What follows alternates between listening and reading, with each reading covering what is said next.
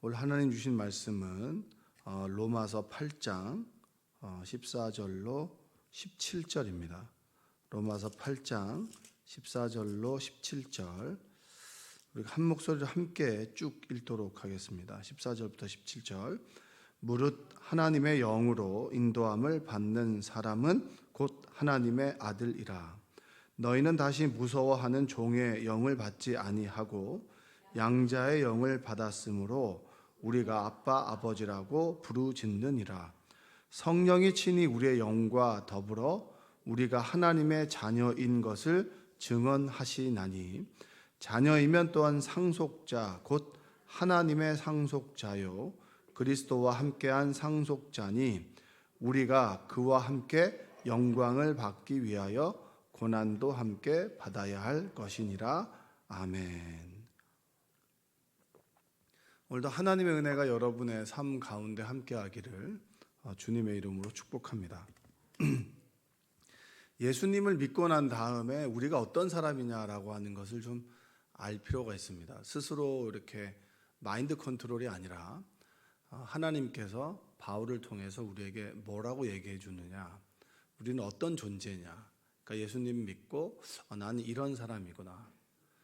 정체성이라고 하는 거 있잖아요, 그렇죠? 뭐 자존감 이야기가 많이 하는데 이 자존감은 사실은 예수님을 믿음으로 인해서 하나님으로부터 이제 세워지는 것입니다. 내 아버지가 누구고 내가 누구로부터 만들어졌는지라고 하는 것을 알게 되면 자존감이 스스로 세워지는 겁니다.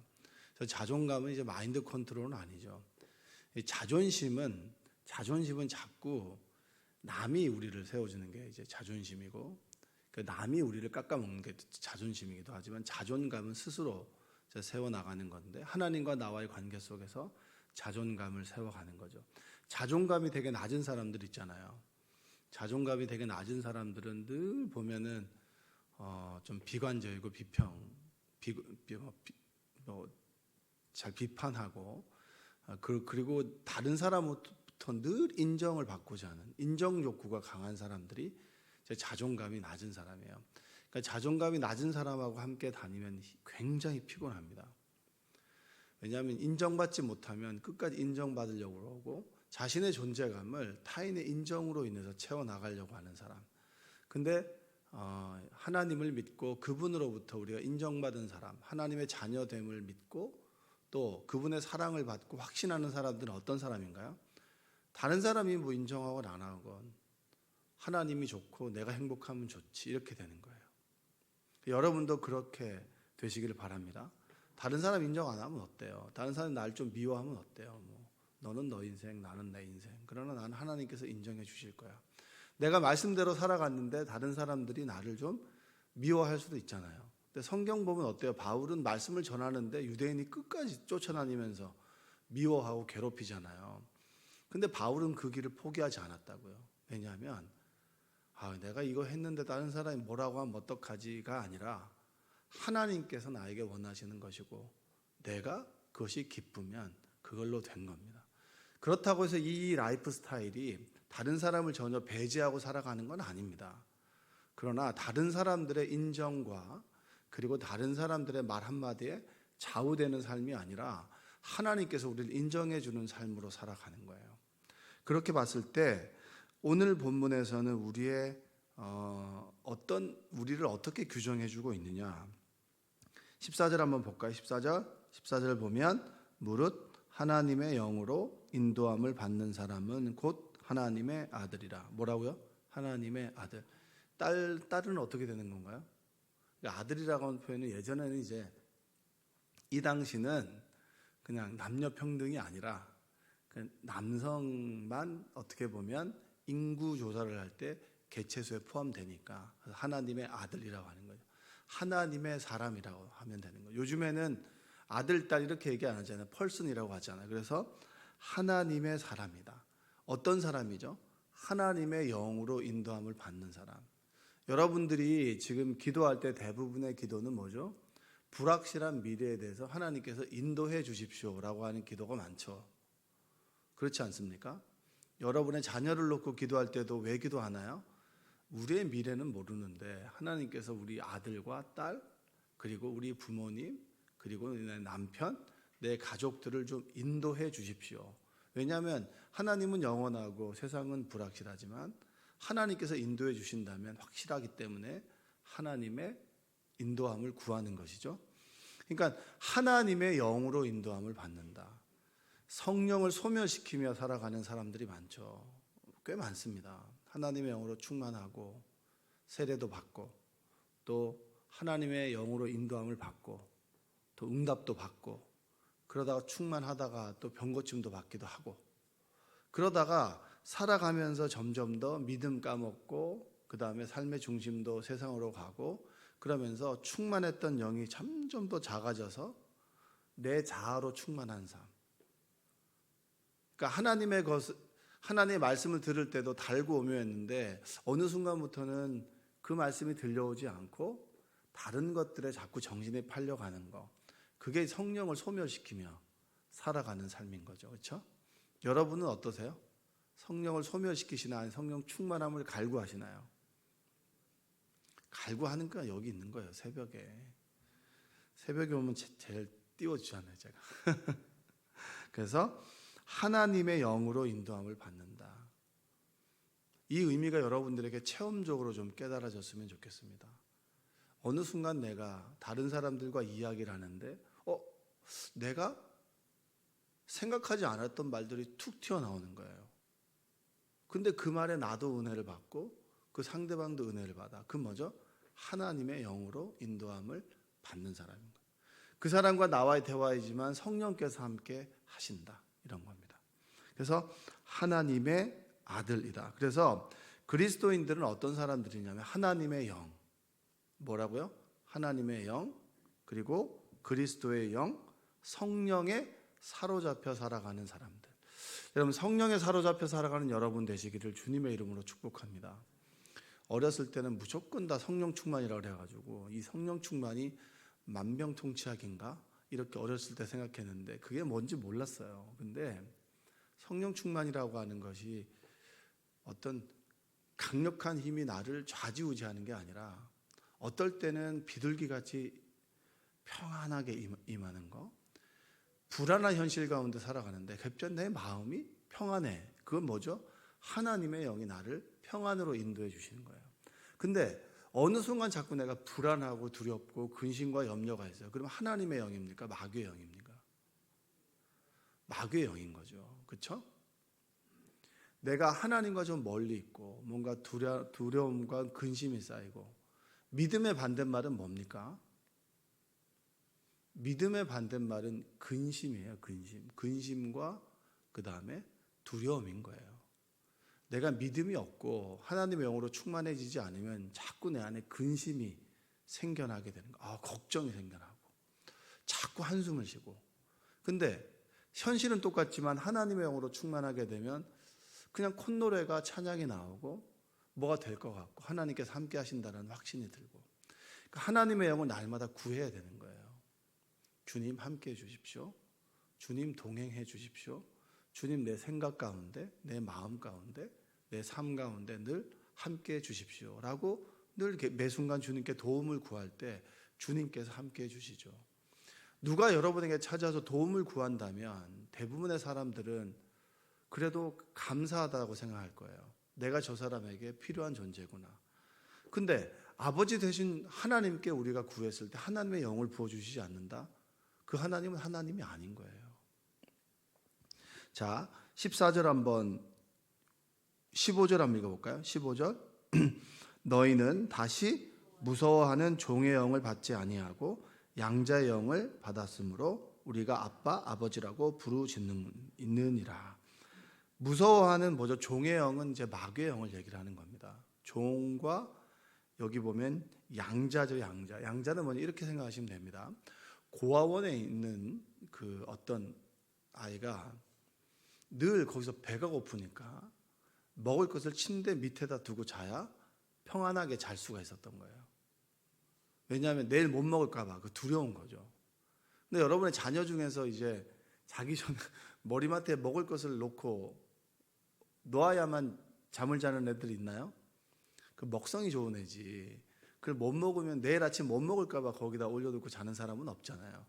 근데 그 친구가 고아원에서 이제 입양이 됐어요. 입양이 됐는데 한동안 먹을 것을 침대 밑에 뒀다는 거예요. 내일 못 먹을까 봐. 근데 시간이 지나면서 내가 먹을 것을 여기다 둘 필요가 없겠구나라고 하는 걸 깨달은 거죠. 세상을 나 홀로 살아가는 사람들, 하나님의 도우심이 아니라 나 홀로 내 주먹으로 내 열심으로 살아가는 사람들이 뭐죠? 고아입니다. 그러나 주의 도우심 가운데 함께 주의 도우심으로 살아가는 사람들이 누구죠? 바로 양자입니다. 양자. 우리는 고아에서 뭐죠? 양자로 입양된 사람들이 바로 그리스도인들이잖아요. 근데 입양되어 있는데 왜 자꾸 홀로 스스로 자꾸 내 힘으로 살아가려고 하십니까? 세상을. 주님께 도우심을 구하면 되는데 내일 걱정 때문에 오늘을 못 살아가는 사람 있잖아요. 늘 걱정 때문에 내일 내 노후가 어떻게 될까? 어떻게 계속 미래를 준비한다고 오늘을 버려가는 사람들이 얼마나 많이 있습니까? 내일은 하나님께 맡기고 오늘에 집중하고 오늘에 행복하고 오늘에 감사하는 삶이 바로 양자의 영을 받은 그리스도인의 삶입니다. 지난주에 이제 오후 예배 때 이제 사모님이 그 영원하신 하나님 한 달에 그 주제가 영원하신 하나님이에요. 그래서 종의 시간과 횡의 시간을 얘기했습니다. 종의 시간은 이제 횡의 시간은 쭉 흐르는 시간, 종의 시간은 이렇게 세로의 시간. 흘러가는 시간 속에서 하나님과 만난 시간이 종의 시간이에요. 카이로스라고 하잖아요. 그러니까 세월을 아끼라, 때가 악하다. 이 세월을 아끼라라고 하는 것은 뭐냐면 건져내다는 거예요. 낚시를 쭉 해나가죠.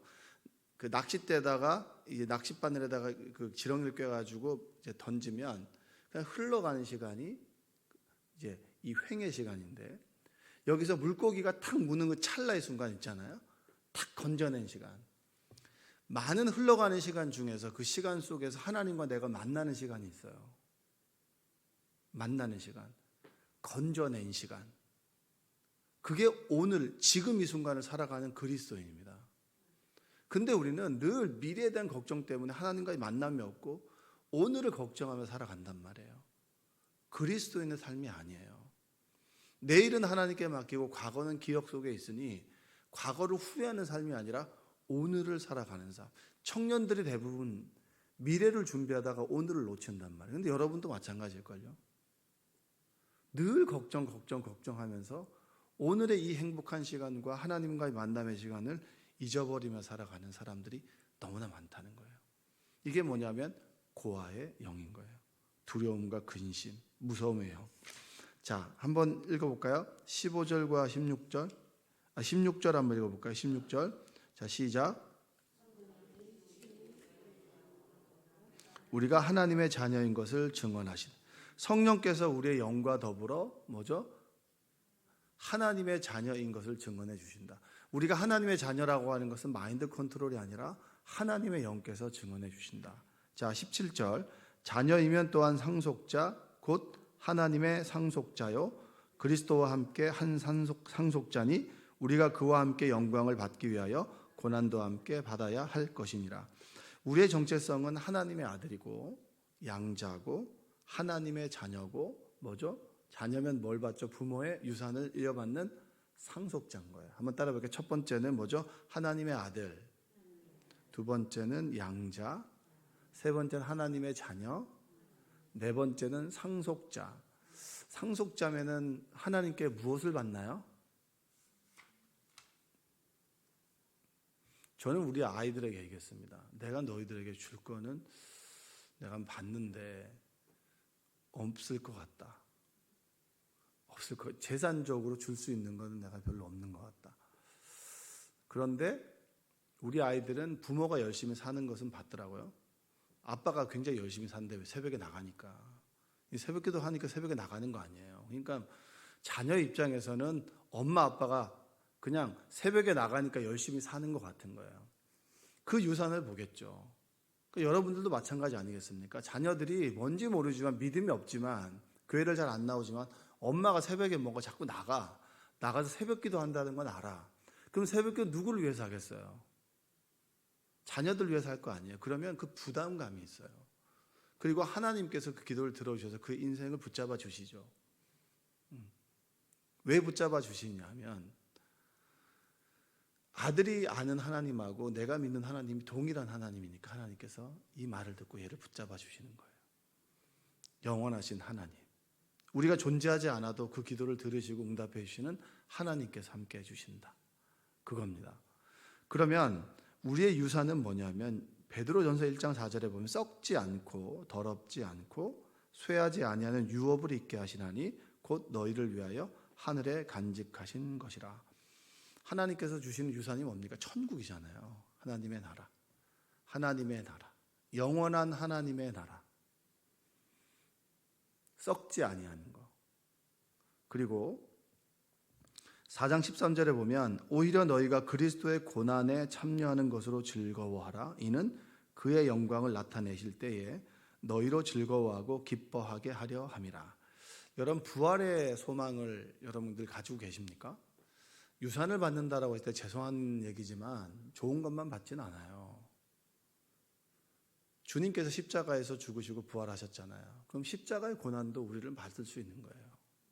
왜 나만 겪지 않아요. 이제 그 찬양 그만하셔도 됩니다. 왜 나만 겪는 고난, 자기 연민에 빠져가지고 그런 거 하지 마시고 고난 이후는 축복이에요. 십자가를 통과하지 않은 부활의 기쁨은 없습니다. 우리가 살아가는 세상은 고난이 있어요. 고난은 받지 않고 어떻게 영광을 받을 수 있겠습니까? 군인들이 훈련을 받지 않고 어떻게 정규군이 될 수가 있겠어요? 여러분도 마찬가지예요. 학생으로서 공부하지 않고 어떻게 성인으로서 배움의 삶을 살아갈 수 있겠습니까? 고난은 있으면 축복이 있고 축복이 있으면 또 고난이 있을 수 있는 거예요. 그러나 중요한 것은 뭐냐면 고난이 끝이 아니라는 거예요. 고난은 터널입니까? 동굴입니까? 동굴과 터널의 차이가 뭐죠? 동굴은 끝이 없고요. 그러니까 막혀 있고요. 터널은 뚫려 있는 거예요. 그리스도인에게 고난은 터널이지 동굴이 아닙니다. 십자가를 지나야 부활의 기쁨이 있고 부활의 기쁨 속에 때로 고난이 찾아올 수도 있는 거예요. 그러나 부활의 소망과 부활의 기쁨을 고난이 이길 수 없는 거예요. 저희 어머니는 늘 어렸을 때부터 말씀하셨어요. 고난을 겪고 난 다음엔 축복이라고. 우리를 다루시는 하나님의 손길일 수도 있고 우리의 실수나 죄에 의해서 고난을 당할 수도 있지만 분명한 것은 고난 가운데 주의 율례, 하나님의 말씀을 깨닫고 하나님의 소중함을 깨닫는다면 그 고난은 로또입니다. 그러나 고난 가운데 하나님 없이 내 육신과 마음만 고생했다면 그건 개고생인 거예요. 하나님 안에 우리가 받을 수 있는 생명의 유업이 있고 때로 주님 걸어가신 십자가의 맛을 볼 수도 있습니다. 그렇다 할지라도 주님이 나와 함께 계시면 내 주 예수 계신 곳이 그 어디나 하나님의 나라. 할렐루야. 늘 그 하나님이 나와 함께 하신다. 우리는 하나님의 자녀고 양자고 상속자고 하나님의 아들이다. 그 정체성을 가지고 오늘 하루 살아가시기를 주님의 이름으로 축복합니다. 기도하겠습니다. 사랑과 은혜가 풍성하신 아버지 하나님 감사합니다. 주의 도우신 가운데 살아갑니다. 주님이 아니면 하루도 살아갈 수 없는 그러한 무익하고 연약하고 그리고 부족한 존재임을 우리는 고백합니다. 그러나 우리를 버려두지 않으시고 사랑해 주시고 인도해 주시고 함께해 주심에 감사를 드립니다. 새벽에 나와 기도하고 간구하는 심령 가운데 하나님의 놀라운 은혜가 임하도록 도와주시고 하나님의 말씀으로 충만하도록 인도해 주시고 주님 안에 거하는 귀한 은혜가 있도록 주여 도와 주옵소서. 오늘도 주여 주여 이름을 부를 때 성령께서 충만하게 우리를 인도하셔서 우리의 생각을, 우리의 감정을, 우리의 의지를 굳건하게 하셔서 하나님을 경험하는 하루가 될 수 있도록 도와주시옵소서. 예수님의 이름으로 기도합니다. 아멘.